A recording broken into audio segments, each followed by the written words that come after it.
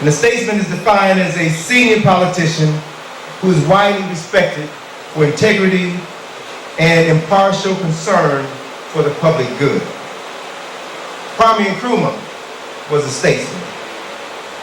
Nelson Mandela was a statesman. Malcolm, Robeson, King would have made fine statesmen. Barack Obama has the mind and the heart to become a statesman. But statesmen are people who are of service to the people. They put service above profit. And they come from the people to serve the people. They're not imposed upon them by outsiders. So it is our responsibility to develop a sense of service within our communities first. It begins first within your household, first within your block, first within your community. Then it moves outside into the greater world. Carter G. Woodson, in his book, The Miseducation of the Negro, talked about the need for service rather than leadership. This is in 1933, The Miseducation of the Negro, a book that is probably more relevant today than when it was originally written. I want to read to you some of Woodson's comments about service and its relationship to us. He says here that if the Negro could abandon the idea of leadership and instead stimulate a larger number of the race to take up definite tasks and sacrifice their time and energy doing these things efficiently, the race might accomplish something worthwhile. The race needs workers, not leaders. Such workers will solve the problems that race leaders talk about and raise money to enable them to talk about more. When you hear a man talking, always inquire about what he is doing or what he has done for humanity.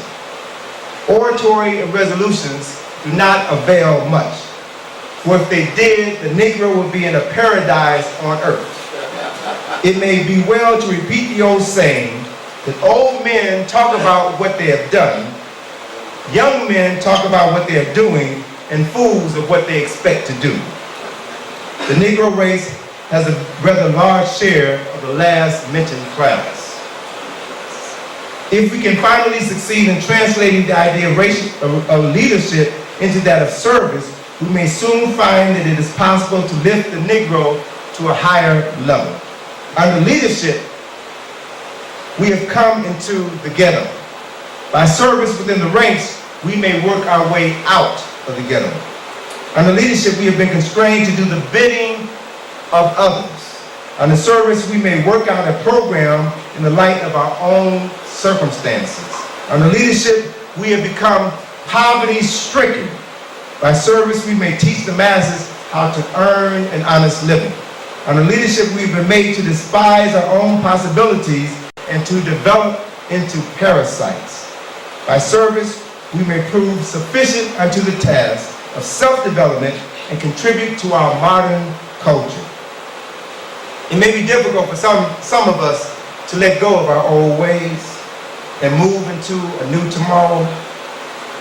But if you still feel the need for a leader, let it be a servant leader and not a self-serving leader.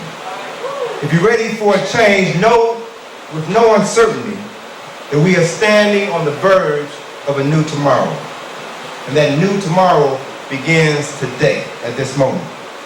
As Barack says, we must be the change that we are waiting for. The change won't come from the White House or anybody else's house. The change begins in your house. And once you understand who you are and what you need, then you will organize yourselves to let your voice be heard on a larger level so that you can affect meaningful and lasting change. The change begins for many people when you travel outside of this country, when you leave America and see the world. Traveling outside of this country is one of the best things that anybody can do because it helps you put your life in perspective. It helps you realize at one very basic and fundamental level that this is the wealthiest nation on earth. And the average poor person in this country lives better than the average person, than 90% of the people on this planet.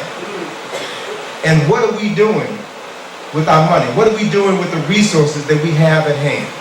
we're making other folk wealthy. We've heard the statistics. That's our doing. That's not someone else, that is us.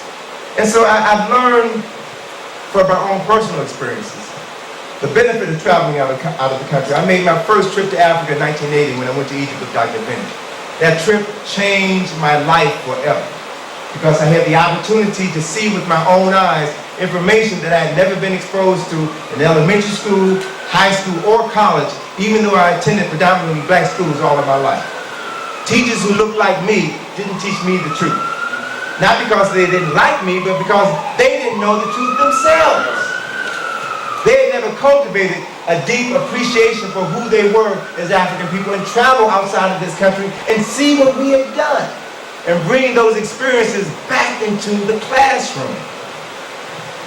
This past July, I made my 41st trip to Egypt. And it was a trip, this trip was basically my most profound trip.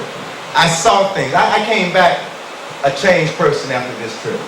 I saw things that made me begin to see myself and my world differently. I'm working on a new book. I'm working on the second volume of Nile Valley Contributions to Civilization. And so I plan to have it out next November. So I decided that I was going to go to Egypt early before my group. I normally take my groups in the summer. And I decided to go to Egypt early so I could do some research for this new book. And one of my colleagues in Egypt, an Egyptian guide that I've used for the last 20 years, have been encouraging me to come to Egypt early so that he could take me on a safari in the Western Desert. Safari that most African Americans, well actually no African American that he knows of has ever done this trip. So I decided, well, let me go out into the desert with this brother and spend like 4 days in the desert and see what's out there, and then I'll spend the rest of my time in Luxor doing some research, getting some photographs, preparing myself for this next book before my group comes over and have to be involved with this, my group for 2 weeks. These 4 days that I spent in the desert were incredible because in the middle of the Sahara Desert, we went from the West Sahara Desert, west of the mountains, in the region between the Western Mountain and Libya. We moved from Cairo in the north to Luxor in the south and traversed the distance of about 600 miles in the desert. Now, this is real bona fide desert. But in the middle of the desert, I made some incredible finds. I found in the desert on one day shark's teeth in the sand. 8-million-year-old shark's teeth. Yeah.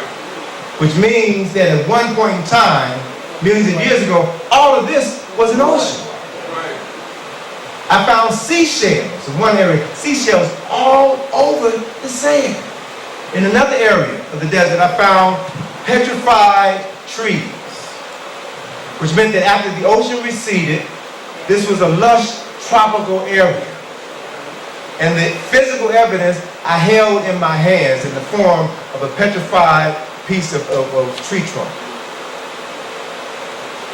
One evening, we were camping out in the desert, in the middle of the desert, sleeping on a blanket, on the sand, pitch black darkness. Woke up about 2:30 in the morning, and for the first time in my life, I understood the expression, a blanket of stars in the sky. I could look up and every square inch of the blackness of night was dotted with the light, star, planet.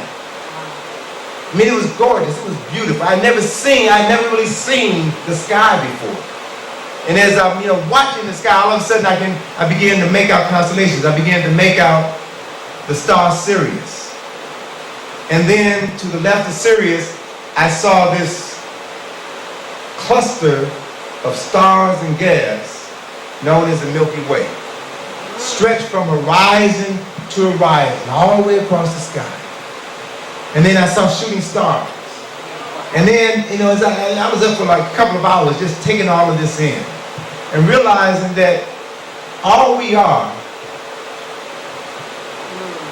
is flesh and bones on this rock in space with billions and billions of other rocks planets, stars, galaxies, solar systems. And it makes you realize how insignificant our lives are on one very basic and fundamental level. And on the other hand, it makes you realize how precious life is. How precious life is. Our ancestors in Kemet, thousands of years ago, saw those same stars. They saw the Milky Way. And in developing their culture, they created along the Nile River pyramids at Giza, which were a symbolic and astronomical representation of stars in the sky. There's research that's shown that the 3 stars at Giza are a representation of the 3 stars in the constellation of Orion, which the people of Kemet knew as Sahu, was associated with Asar. And in their text, in the very last lecture that Dr. Asa Hilliard did last year in Aswan, Egypt,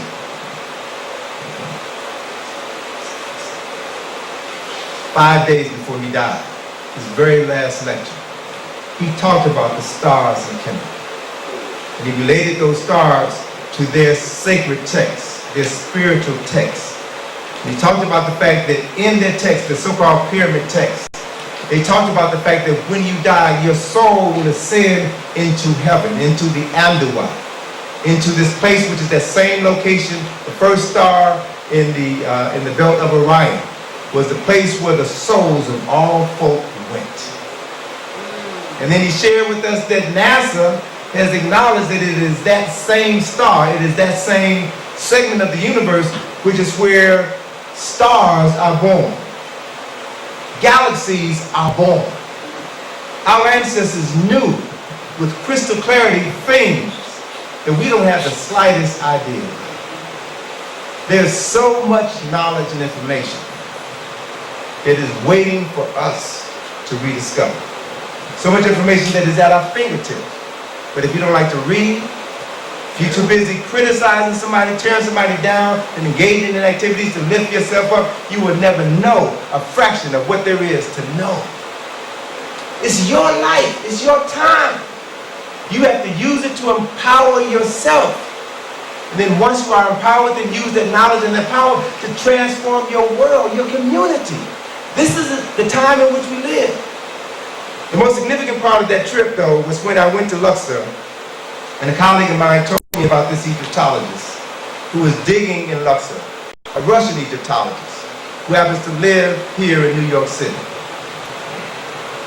He introduced me to her, and what she showed me just took me on another level. This woman has discovered 3 tombs of Kushite noblemen from the 25th dynasties that are as important to the African community as the discovery of the King Tut's tomb has been to the European and contemporary Egyptian community. She's found this knowledge, and I went into the tomb. I've seen the tomb. I've seen the significance of what is there. They are tombs of Karakabashkin, who is the vizier or mayor of the city of Waset, or Luxor today, under Shabaka,